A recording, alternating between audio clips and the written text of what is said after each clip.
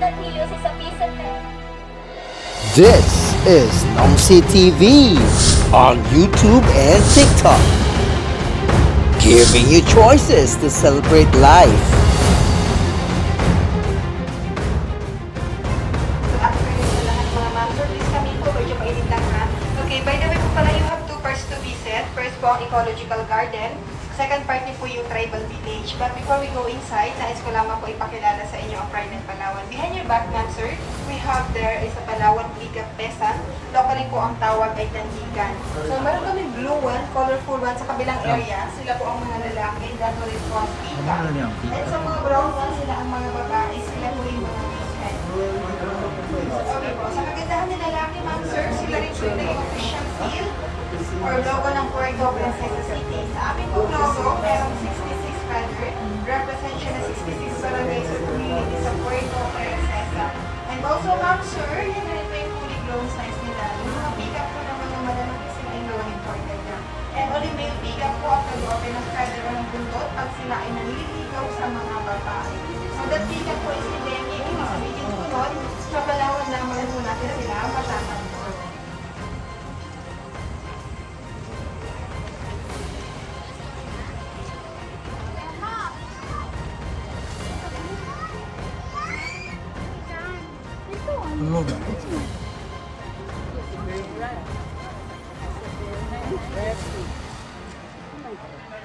Butterflies. What makes dust? Ribbon.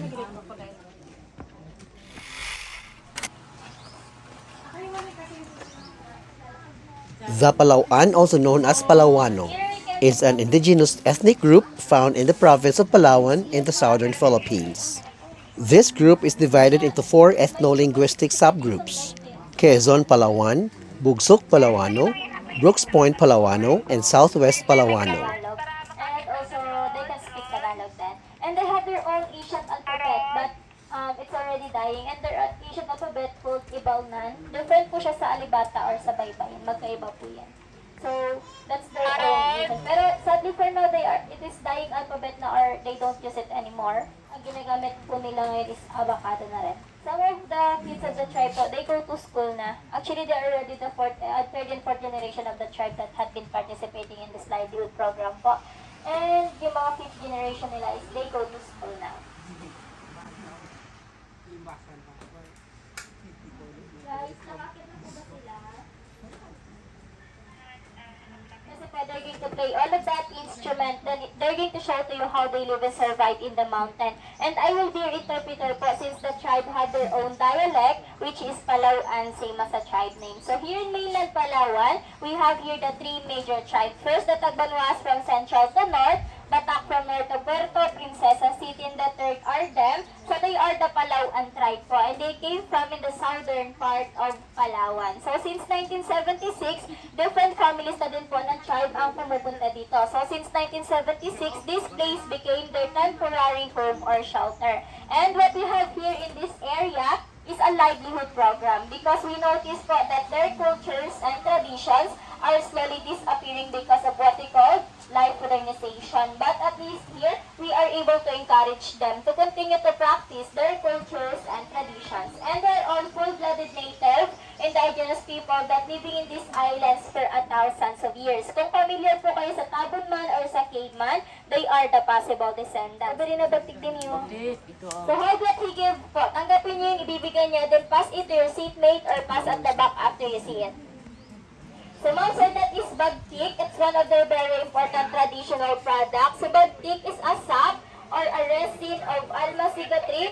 Tagtapo yan siya ng puno. And almasiga tree, it only grows in a higher elevation at least 2,000 feet above sea level. So ma'am sir, ang bagtik, ang main ingredient sa paggawa ng fiberglass, varnish, nail polish, and paint. So now sa bagtik is flammable or umaapoy po siya. Bakit dito silang So in the mountain, this is their native backpack. So they use this to carry their product like the bagtik. They just put the product here at once na puno na, they tied it up here like this so the product won't fall. So he said when if it's heavy, aside from shoulder strap, back, they have head support strap to carry more weight. So the best example of back kid with a leather bag kick po is in that house there. So it's 30 to 40 kilos and they carry that from mountain. And then back in the mountain, the tribe, they love music. Of course, they have their own instruments. So, panibas gimbal mo? They have this native drum they call this gimbal. So, gimbal is made out of hollow wood that they carve. And on top, they cover this with animal skin po. And they also have an abang or gong, the bigger one. The smaller one, they call the sanang. And the tribe, they believe that the sounds of gong echoes in the mountain that they can communicate sa spirito ng kanilang mga ninuno. So now, they're going to play those three instruments in the set called basan.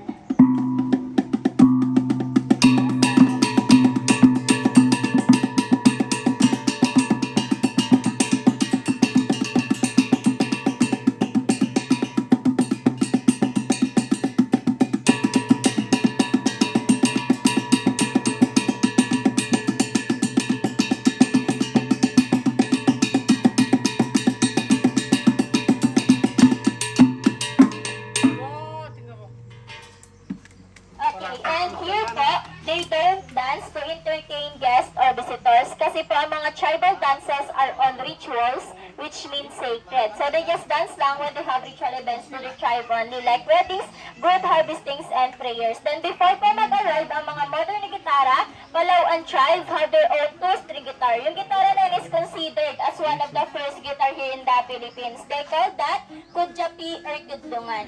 So now they're going to play a music at yung particular music na itutugtog nila called the Bogit song which means bird song.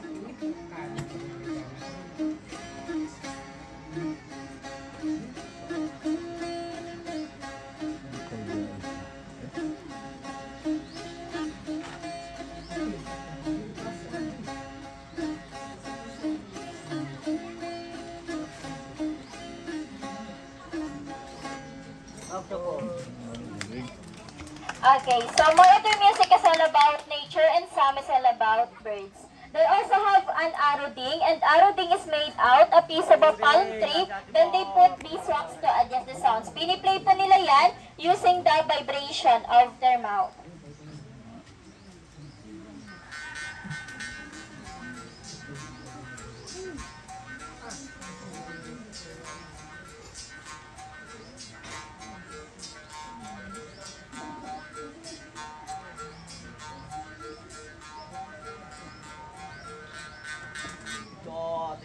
Okay, then what they call the flute bubarok. So they use that to make baby asleep or papatulog nila ng bata because it sounds like lullaby.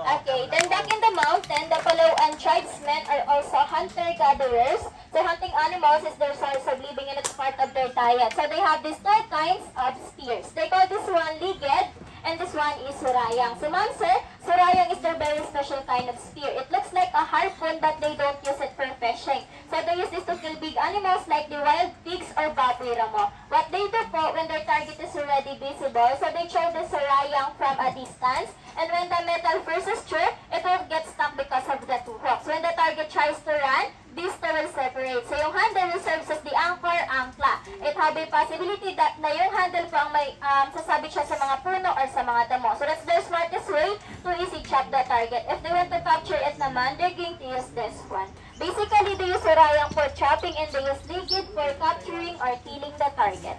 And then back in the mountain, the tribe, they don't use bow and arrow. In the whole Philippines po, sila lang ang tribe na gumagamit ng sapukat or sumpit, is blowpipes or blow darts. So, sa mountain po kasi usually they hunt birds or squirrels. So, they have their own way how they copy the sounds of their target. Meron nga sila small piece of bamboo, it's like a whistle, and they call that tampios.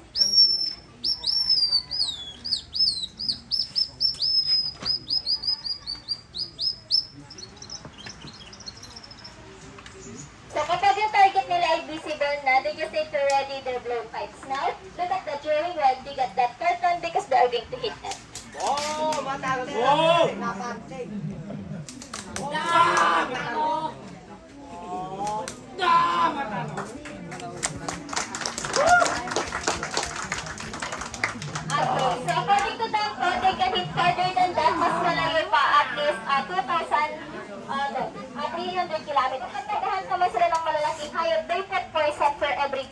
darts, their person is coming from plant. So isa po sa mga ingredients ng kanilang lasa na nanggagaling sa plant na ito.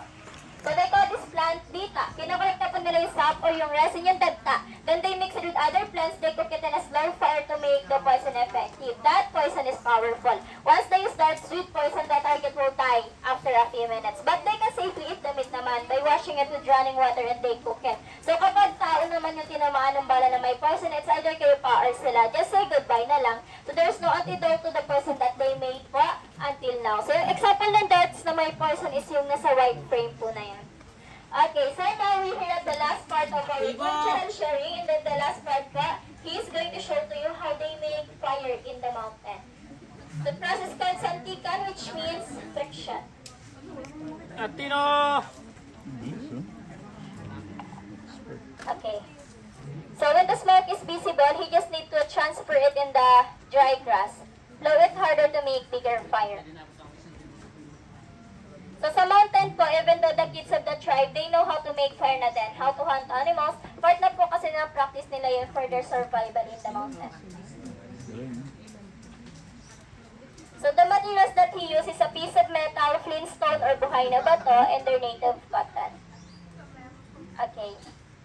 It can cure illnesses like headaches, stomach aches. It can be used for aromatherapy na din at insect repellent. Palaw'an village. Medyo gilog gamay. Hindi ba ito binibin? Po?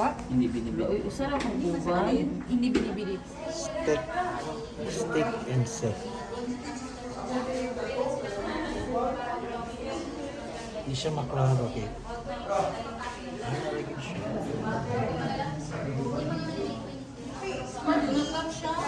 Mag-touch ka dyan. Para daw. Kami. Kami.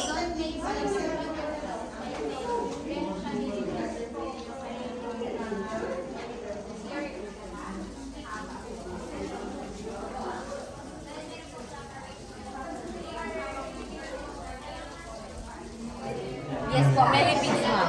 Giant millipedes. Yes. And then, dito naman po, ito yung mga lalaking scorpions.